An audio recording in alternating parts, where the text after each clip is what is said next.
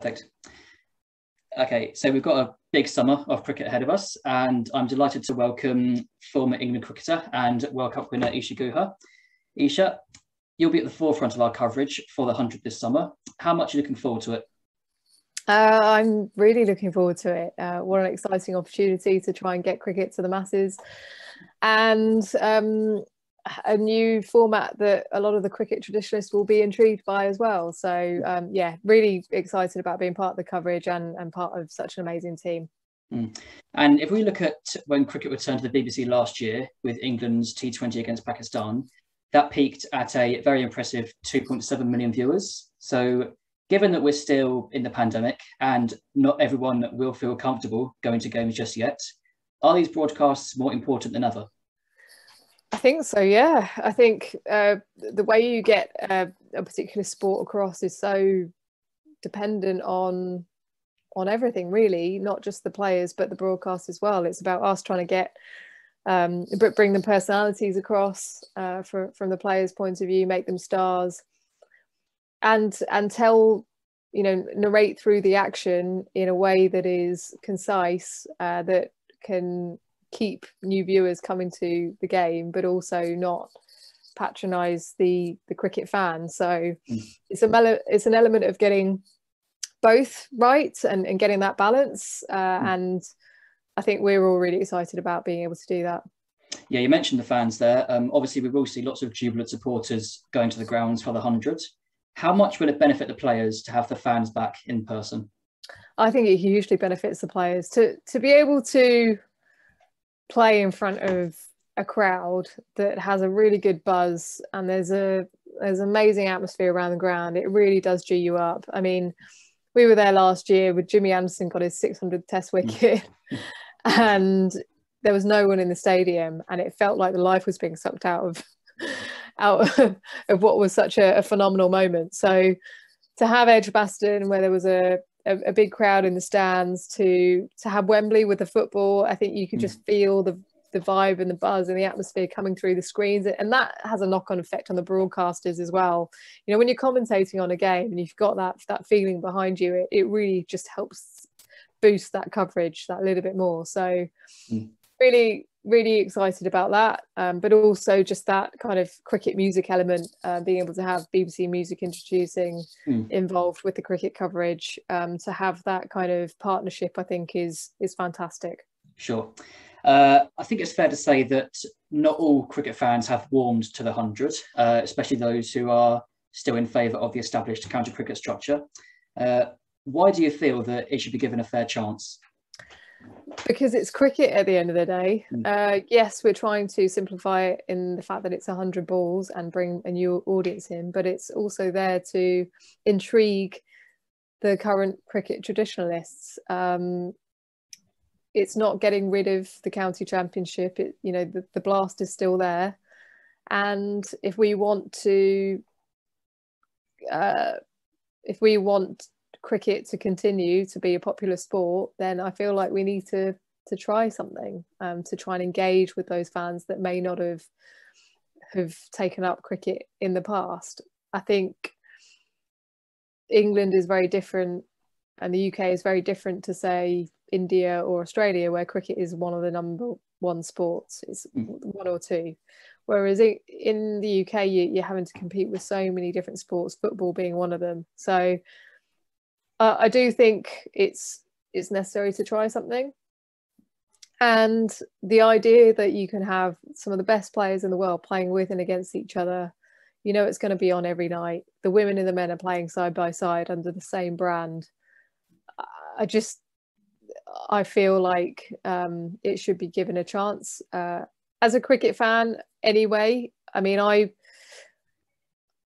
was over in Australia for the Big Bash recently, and they introduced a couple of new rules, and I was really excited about how it was going to work tactically. And I think there is something there for those cricket fans to be able to watch a game and be intrigued by how it all works and how they're going to get the best out of their team, and who's up against each other. But then the names that we've got as well, Shane Warne and Owen Morgan working together for London Spirit. I think I'm really fascinated by that partnership, and just players sharing information and who can adapt to it the quickest. That's why I think it needs to be given a try from a cricket traditionalist point of view. But it's also okay if people don't want to. It's there's still enough out there for you to enjoy. There's Test cricket, there's one day internationals, T20 cricket on the BBC. So it's all exciting. Yeah, you touched upon the women's game there. The first fixture of the 100 is a women's clash between the Invincibles and the Originals. How important do you think the 100 will be for growing the women's game? Hugely important from a visibility point of view. We have all of the England women's players playing in the tournament. We've got some exciting cricketers from around the world. The Indian players coming over. Shafali Verma is probably the hottest property at the moment. Just anytime she plays, people want to watch. So she's an exciting talent. A lot of the South Africans are coming over. Elise Perry, arguably the greatest player that's ever lived, is going to be here. And all of the England players available, like I said. So to be able to see them on show, it's timely as well with the introduction of these new the 41 professional domestic contracts. So there are more girls being able to dedicate time to their sport. And what a wonderful lead into playing in the 100 with some of the best players in the world, to have that visibility on screen. We got some really good numbers for the women's internationals last year, and we've got 2 T20 lives this summer, in addition to all of the 100 games that we have. So what a wonderful platform to be able to get women's sport and women's cricket out to the masses. And I think it's only a good thing. Yeah. And speaking of world-class players, you recently celebrated 10 years membership of the PCA, and during which you briefly laughed off any talk of coming out of retirement. But if the 100 was around in your playing days, do you think you'd have taken part? Well, if I was still playing, then yes, absolutely. I mean, it's a hiding to nothing as a bowler, isn't it? So I'd probably have to up my batting skills. But no, I think, just like T20s back in 2003, everyone wrote off spinners and said that they were going to get targeted, and they've come back with a bang, haven't they? So I would have seen it as a challenge as a pace bowler, just to be able to find ways of getting one up over the opposition. There are still ways there of being able to undo an opposition batter, and yes, slightly different tactics in the fact there's 5 balls, you can bowl 10. I think that adds a really interesting tactical element to it, but it's still cricket. It's still, you're still bowling similar deliveries. You're still kind of playing the same shots. You're just trying to work out, how are you going to stem the flow of runs? Who needs to bowl from which end? Who gets to bowl at the start and at the finish? And yeah, so I definitely would have enjoyed the challenge. You've had quite the career in sports broadcasting since retiring from the game. What advice would you give to young women who want to venture into the world of sports journalism? Because it's obviously still very male dominated. Yeah, but I think there are so many more opportunities for women now, which certainly wasn't the case when I was playing. I mean, I never thought that I would go down this route. It was only by chance really that I got my initial opportunity. So and even then I didn't think I was very good. So to be able to go on a journey where I've been able to build up some confidence and get those opportunities, it means that I've been able to kind of work in different environments and sponge in as much information as possible to be able to enhance my broadcasting skills and ability. And I think you have to challenge yourself. You have to throw yourself in situations that are uncomfortable to be able to learn and get better. But there are so many more opportunities. I mean, the modern day teenager has the ability to broadcast from their phones, which we didn't have the chance to do back in the day. So I was very much learning on the job, whereas for any aspiring journalist, you have the chance to do it on your phone immediately and put it out on social media, and be able to kind of work on those broadcasting skills, whether it's questioning, whether it's delivering a report, whether it's finding out what the key story is, telling both sides of the story.